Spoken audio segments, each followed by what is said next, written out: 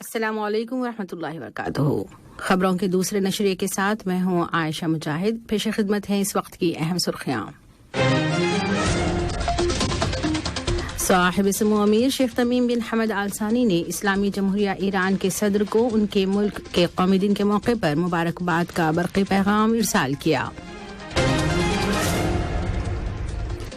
شورا کونسل کے اسپیکر نے عرب پارلیمانی کانفرنس میں تقریر کرتے ہوئے قابض اسرائیل کے جرائم کی مذمت کی اور علاقائی اور بین الاقوامی پلیٹ فارموں پر فلسطینی عوام کی مدد کے لیے کوششوں میں اضافہ کرنے کی اپیل کی۔ ترکی اور شام میں زلزلے سے متاثرہ خاندانوں کی مدد کے لیے قطر ٹی وی کی لائیو کیمپین کے دوران کل 168 ملین ریال نقد چندہ جمع کیا گیا۔ ترکی کے جنوب اور شام کے شمالی علاقوں میں آنے والے تباہ کن زلزلے کا آج چھٹا دن ہے اور معجزاتی طور پر آج بھی کئی افراد کو ملبے سے زندہ نکالا گیا ہے۔ زلزلے سے جاں بحق ہونے والوں کی تعداد 26,000 سے زیادہ ہو گئی ہے۔ یہ تھی اہم خبروں کی سرخیاں اور اب پیش خدمت ہے اردو ریڈیو قطر FM 107 سے آج کا دوسرا مفصل نشریہ۔ بسم اللہ الرحمن الرحیم۔ صاحب سمو امیر شیخ تمیم بن حمد آل ثانی نے ایران کے صدر ڈاکٹر ابراہیم رئیسی کو ان کے ملک کے قومی دن کے موقع پر مبارکباد کا برقی پیغام ارسال کیا۔ نائب امیر شیخ عبداللہ بن حمد آل ثانی اور وزیر اعظم و وزیر داخلہ شیخ خالد بن خلیفہ بن عبدالعزیز آل ثانی نے بھی ایرانی صدر کو اسی مناسبت سے مبارکباد کے برقی پیغامات روانہ کیے۔ جمہوریہ منگولیا کے صدر جناب اوخانا خورلسوخ نے منگولیا کے لیے قطر کے سفیر جناب محمد بن عبداللہ الدہیمی سے ان کی اسناد سفارت وصول کی۔ ملاقات کے دوران قطری سفیر نے منگولیا کے صدر کو صاحب سمو امیر شیخ تمیم بن حمد آل ثانی کی جانب سے خیر سگالی کا پیغام پہنچایا اور ان کی صحت و عافیت اور منگولیا کے عوام کی خوشحالی کے لیے ان کی جانب سے نیک تمناؤں کا اظہار کیا۔ جواباً صدر اوخانا خورلسوخ نے بھی صاحب سمو امیر کی خدمت میں سلام بھیجا اور ان کی صحت و تندرستی اور قطری عوام کی مزید ترقی اور خوشحالی کے لیے نیک خواہشات ظاہر کی۔ قطری شورا کونسل کے اسپیکر جناب حسن بن عبداللہ الغانم کی قیادت میں کونسل کے وفد نے 5ویں عرب پارلیمانی کانفرنس میں شرکت کی۔ یہ کانفرنس عرب لیگ کے صدر دفتر قاہرہ میں ہوئی۔ کانفرنس میں تقریر کرتے ہوئے قطری شورا کونسل کے اسپیکر نے ترکی اور شام میں زلزلے کی وجہ سے ہونے والے شدید جانی نقصان پر رنج و غم کا اظہار کیا اور ترک حکومت اور عوام اور شامی عوام کو تعزیت پیش کی۔ اپنی تقریر میں جناب الغانم نے مقبوضہ فلسطینی علاقوں میں جاری قابض اسرائیلی حکومت کے جرائم کی مذمت کی اور مطالبہ کیا کہ علاقائی اور بین الاقوامی پلیٹ فارموں پر فلسطینی عوام کی مدد کے لیے کی جانے والی کوششوں میں اضافہ کیا جائے۔ واضح رہے کہ یہ کانفرنس ایسے وقت میں ہو رہی ہے جب عرب ملکوں کو کئی طرح کے چیلنجوں کا سامنا ہے اور عرب پارلیمانی رہنما کئی مسائل پر غور کر رہے ہیں۔ نائب وزیر اعظم و وزیر خارجہ شیخ محمد بن عبد الرحمن آل ثانی نے ایک ٹویٹ میں دوست ملک جاپان کو قومی یوم تاسیس یا نیشنل فاؤنڈیشن ڈے کے موقع پر مبارکباد پیش کی۔ انہوں نے لکھا کہ میں قومی یوم تاسیس کے موقع پر دوست ملک جاپان کو مبارکباد پیش کرتا ہوں اور ان کی مزید ترقی اور خوشحالی کے لیے نیک تمناؤں کا اظہار کرتا ہوں۔ نائب وزیر اعظم و وزیر خارجہ نے مزید لکھا کہ ہم دونوں ملکوں کے درمیان تمام شعبوں میں قائم مضبوط تعلقات کو مزید فروغ دینا چاہتے ہیں۔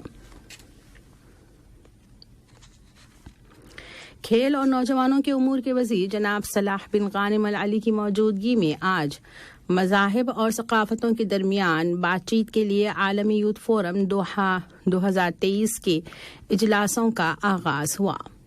اس سال فورم کا سلوگن ہے نوجوان اور امن کی تعمیر، مذاہب کے درمیان بات چیت نظریے سے عملی جامہ پہنانے کی سمت۔ 4 روزہ فورم کا اہتمام مذاہب کے درمیان بات چیت کے دوحہ بین الاقوامی مرکز اور اکوائی نامی نوجوانوں کی تنظیم نے کیا ہے۔ فورم کے انعقاد کا مقصد امن کی تعمیر اور مذہبی بات چیت میں نوجوانوں کے کردار کو فعال بنانا ہے۔ اس سال فورم میں میزبان قطر کے علاوہ دنیا کے 42 ملکوں سے 60 سے زیادہ ممتاز نوجوان لڑکے اور لڑکیاں شرکت کر رہی ہیں۔ ترکی اور شام میں آنے والے تباہ کن زلزلے کے متاثرین کی مدد کے لیے کل شام قطر ٹی وی سے ایک لائیو کیمپین شروع کی گئی۔ اس امدادی کیمپین کا اعلان رفاہی سرگرمیوں کو منظم کرنے والے ادارے راکا نے کیا اور کیو ایم سی کے تعاون اور قطر چیریٹی اور قطری ہلال احمر کی شراکت سے رات 12 بجے تک چلائی گئی کیمپین کے دوران 168 ملین ریال سے زیادہ نقد چندہ جمع کیا گیا۔ قطری ترقیاتی فنڈ نے ایک ٹویٹ میں بتایا کہ ترکی اور شام میں زلزلہ زدگان کی مدد کے لیے قطر چیریٹی کی جانب سے مزید 43 ٹن امدادی سامان پہنچ گیا ہے، جس میں ذاتی استعمال کی چیزیں، اشیاء خودنوش اور خیمے وغیرہ شامل ہیں۔ دوسری جانب تلاش اور بچاؤ کا کام کرنے والا قطری دستہ ترکی کے صوبے غازی انتاب میں اپنی ذمہ داریاں پوری کر رہا ہے۔ قطری دستے کو تمام اداروں کی ریسکیو ٹیموں کے درمیان رابطے اور کوآرڈینیشن قائم کرنے اور اس علاقے میں مرکزی کانٹیکٹ پوائنٹ قائم کرنے کی اہم ذمہ داری دی گئی ہے۔ زمینی صورتحال یہ ہے کہ آج زلزلے کو 6 دن ہو چکے ہیں اور ریسکیو ٹیموں نے معجزاتی طور پر آج بھی کئی افراد کو ہزاروں ٹن ملبے کے نیچے سے زندہ نکالا ہے۔ البتہ ہر گزرتے دن کے ساتھ جاں بحق ہونے والوں کی تعداد میں مزید اضافہ ہو رہا ہے اور اب تک یہ تعداد 26,000 سے تجاوز کر چکی ہے، جبکہ زخمی ہونے والوں کی 88,000 کے قریب تعداد بتائی جا رہی ہے۔ ترکی میں قدرتی آفات اور ہنگامی حالات کے ادارے نے اعلان کیا ہے کہ زلزلے کے نتیجے میں خارج ہونے والی زمین کی طاقت 500 ایٹم بموں کی طاقت کے برابر ہے۔ صرف ترکی میں جاں بحق ہونے والوں کی تعداد سرکاری اعداد و شمار کے مطابق 21,000 سے زیادہ ہے، جبکہ شامی علاقوں میں 4,087 افراد لقمہ اجل بن گئے ہیں۔ ترک حکومت نے اعلان کیا ہے کہ اس نے ملک کے جنوبی متاثرہ علاقوں سے 93,000 افراد کو نکال کر محفوظ مقامات تک پہنچا دیا ہے۔ قدرتی آفات کے ادارے نے بتایا ہے کہ زلزلے کے سینٹر کہرمان ماراش میں آج بھی جھٹکا محسوس کیا گیا ہے، جس کی شدت ریکٹر اسکیل پر 4 ڈگری ریکارڈ کی گئی۔ دوسری جانب اقوام متحدہ کے انسانی امور کے دفتر نے اندازہ لگایا ہے کہ شام کے شمالی علاقوں میں زلزلے سے کم از کم 60 لاکھ افراد متاثر ہوئے ہیں۔ شام کے لیے اقوام متحدہ کے خصوصی ایلچی جناب گیبرٹسن نے شامی حکومت سے اپیل کی ہے کہ وہ ان علاقوں تک امداد کی ترسیل میں رکاوٹ نہ ڈالے جہاں اس کا کنٹرول نہیں ہے۔ اسی طرح امریکی وزارت خارجہ نے بھی شامی حکومت سے مطالبہ کیا ہے کہ وہ تمام گزرگاہوں کو امدادی قافلوں کے لیے کھول دے۔ امریکی بیان کے مطابق شامی علاقوں تک مدد پہنچانے کی راہ میں اب بھی رکاوٹیں ہیں۔ برطانیہ کی وزارت دفاع نے کہا ہے کہ روس کے فوجی گروپ واگنز نے یوکرین کے مشرقی شہر باخمود کے اطراف میں تازہ پیش قدمی کی ہے۔ اسی دوران میں یوکرین کے صدر ولودیمیر زیلنسکی نے کہا ہے کہ یورپ کے ان کے حالیہ دورے کے نتائج اچھے ہیں اور چند اہم معاہدے ہوئے ہیں۔ انہوں نے کہا کہ ان میں ٹینک اور طویل فاصلے تک مار کرنے والے میزائل بھی شامل ہیں۔ امریکی صدر جو بائیڈن نے چین کی نگرانی کرنے والے غبارے کے پروگرام سے منسلک مزید 6 چینی کمپنیوں کو بلیک لسٹ کر دیا ہے۔ ادھر جرمنی کے خفیہ ادارے کے سربراہ نے کہا ہے کہ انہیں خدشہ ہے کہ چین ان کے ملک کے خلاف جاسوسی کی سرگرمیوں میں اضافہ کر رہا ہے۔ دوسری جانب امریکی فوج نے آج اعلان کیا ہے کہ اس نے صدر جو بائیڈن کے حکم پر الاسکا کے اوپر انتہائی بلندی پر پرواز کرنے والی ایک شے کو مار گرایا ہے۔ فوج کے بیان میں اس آبجیکٹ کی شناخت نہیں بتائی گئی ہے۔ جنوبی امریکہ کے ملک پیرو کی صدر محترمہ لینا یولوآٹی نے اپیل کی ہے کہ ملک میں جاری سیاسی بحران کو ختم کرنے کے لیے تمام سیاسی فریقوں کے درمیان کھل کر بات چیت ہو۔ واضح رہے کہ صدر دینا کے خلاف ملک گیر احتجاجات ہو رہے ہیں اور صدر کا کہنا ہے کہ یہ مظاہرے پرامن نہیں ہیں۔ انہوں نے مظاہرین کے ساتھ پولیس کی ممکنہ زیادتیوں پر افسوس کا بھی اظہار کیا۔ پیروہی سے آنے والی ایک دیگر خبر کے مطابق ملک کے جنوبی اور وسطی علاقوں میں شدید بارشوں کے بعد مٹی کے تودے اور چٹانوں کے کھسکنے سے کم از کم 18 افراد جاں بحق اور دیگر 17 زخمی ہو گئے۔ ملک کے سول ڈیفنس کے قومی ادارے کا کہنا ہے کہ 20 افراد اب بھی لاپتہ ہیں۔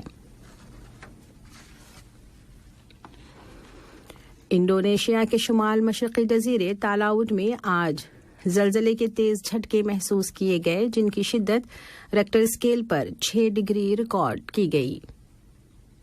انڈونیشیا کے جیو فزیکل ادارے نے بتایا کہ زلزلے کا مرکز 11 کلومیٹر گہرائی میں تھا اور اس کی وجہ سے کسی طرح کی سونامی لہروں کا خطرہ نہیں ہے۔ آج کا دوسرا نشریہ ختم ہونے سے قبل اہم خبروں کی سرخیاں ایک مرتبہ پھر سن لیجیے۔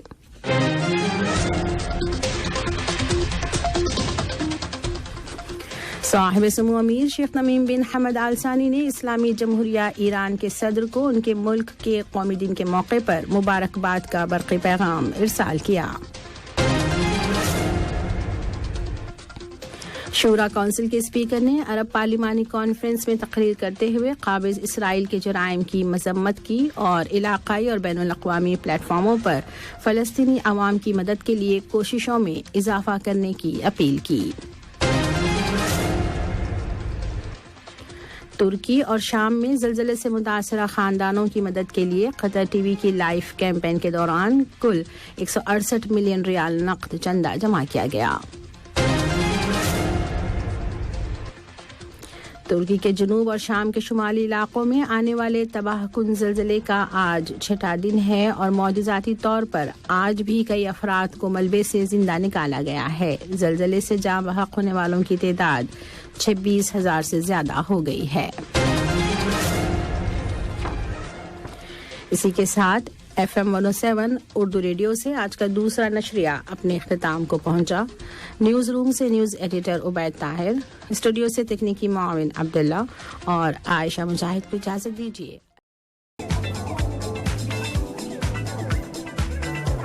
السلام علیکم دوستوں، میں ہوں شیخ نور امل بواکی 1QL کا مارکیٹنگ آفیسر اور اپنے کمپنی میں ہائر کر رہے ہیں الیکٹریشین، پلمبر اور construction line workers, bike rider, limousine, ان سب کو امیڈیٹلی ابھی جاب اویلیبل ہیں اپنے کمپنی میں۔ اگر کوئی بھی اس کام کے لیے اپلائی کرتے ہیں تو آپ کو امیڈیٹلی ہائر کر سکتے ہیں، ہم لوگ آپ کو امیڈیٹلی لے رہے ہیں۔ جو بھی الیکٹریشین، پلمبر اور کنسٹرکشن لائن میں کام کرنا چاہتے ہیں تو ہم سے کانٹیکٹ کیجیے، ہم انشاءاللہ آپ کو امیڈیٹلی جاب دے سکتے ہیں۔ اور سارے ڈیٹیلز جو ہے نا اپنے یوٹیوب میں اور فیس بک، سارے سوشل میڈیا پہ میں دے دوں گا، اور وہاں سے کانٹیکٹ کر کے ہم اپنے آفس میں آ سکتے ہیں۔ جس طرح سے ابھی انٹرویو چل رہا ہے آپ دیکھ رہے ہیں اس ویڈیو میں، اسی طرح سے آپ کا انٹرویو لے کے جو بھی آپ کو کام آتا ہے وہ کام دیکھ کے ہم وہ کام آپ کو ارینج کر کے دیں گے۔ اور سب سے زیادہ آپ الیکٹریشین اور پلمبر اور کنسٹرکشن لائن میں امیڈیٹلی لے رہے ہیں، اور ہم اپنے بائک رائڈر کا بھی وہ بھی لے رہے ہیں اور لیموزین میں بھی لے رہے ہیں، اور اس دوسرے کام کے لیے بھی اپلائی کر سکتے ہیں۔ اگر وہ کام آپ کو پریزنٹلی نہیں ہے تو اور آگے چل کے ہم وہ کام آپ کو دلا سکتے ہیں، آپ کسی کو جمع کر کے جا سکتے ہیں۔